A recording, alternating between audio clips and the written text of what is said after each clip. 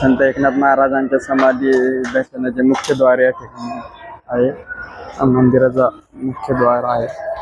आतमध्ये गेल्याच्या नंतर संत एकनाथ महाराजांची समाधी आपल्याला या ठिकाणी बघायला भेटते.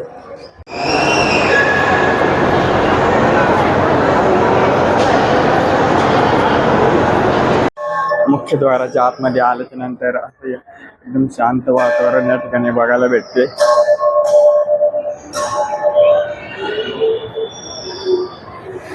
नाथ महाराजांचं एकदम भव्य दिव्य या ठिकाणी समाधी मंदिर बांधण्यात आलेलं आहे. अनेक भाविक भक्त या ठिकाणी दर एकादशीला दर्शनासाठी या ठिकाणी येत असतात. हा पूर्ण जो मंदिर परिसर आहे पूर्ण भाविक भक्तांनी या ठिकाणी भरलेला असतो. आपण दुपारच्या वेळेला आले त्यामुळे मोकळं वातावरण या ठिकाणी आहे. हे आहे मुख्य समाधी नाथ महाराजांची. समाधी गावावर आपण बघू शकता. हे जे पूर्ण मंदिराचं जे काम आहे ते पूर्ण सागाच्या लाकडापासून बांधलेले आहे. हा जो मंदिराचा परिसर आहे, मंदिराच्या परिसरातच आपण या ठिकाणी बघू शकता. या ठिकाणी संत ज्ञानेश्वर महाराजांची मूर्ती या ठिकाणी आहे. संत ज्ञानेश्वर महाराजांच्या बाजूलाच आपण जर बघितलं तर या ठिकाणी संत एकनाथ महाराजांची देखील मूर्ती आहे.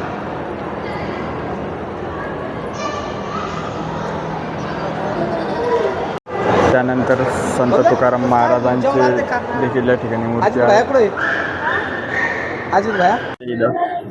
हनुमानजीचं दर्शन आपल्याला घ्यायला मिळतं.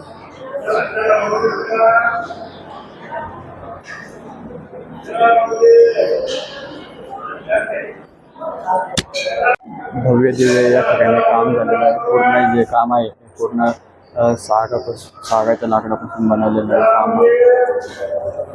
मंदिराकडून बाहेर आल्या मुख्य गोदावरीकडे जाण्यासाठी मुख्य महाद्वार आहे.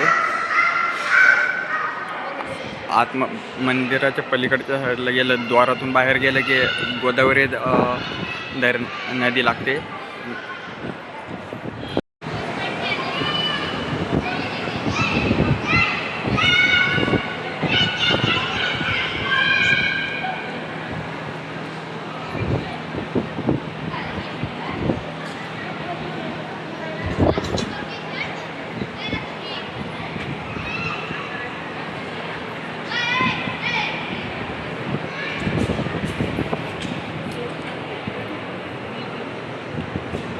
मंदिराच्या डाव्या साईडने आपण दत्तात्रय मंदिर आहे.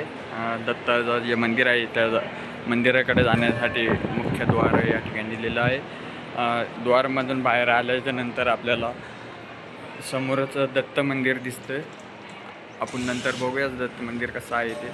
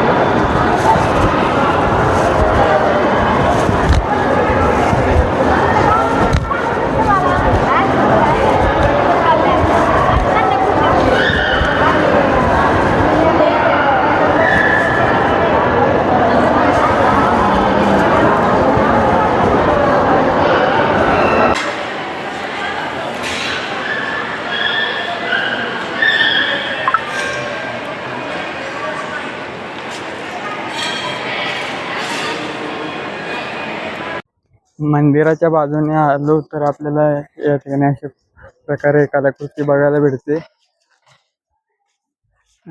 महाराजांच्या आयुष्यात काय काय घडले, कसे कसे प्रसंग आले ते या कलाकृतीच्या माध्यमातून दाखवण्यात आले.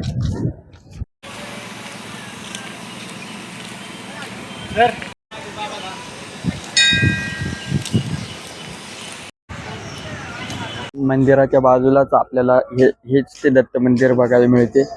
दत्त मंदिराचं काम अतिशय नक्षीदार या ठिकाणी झाले. मंदिराचं काम बघू शकता तुम्ही.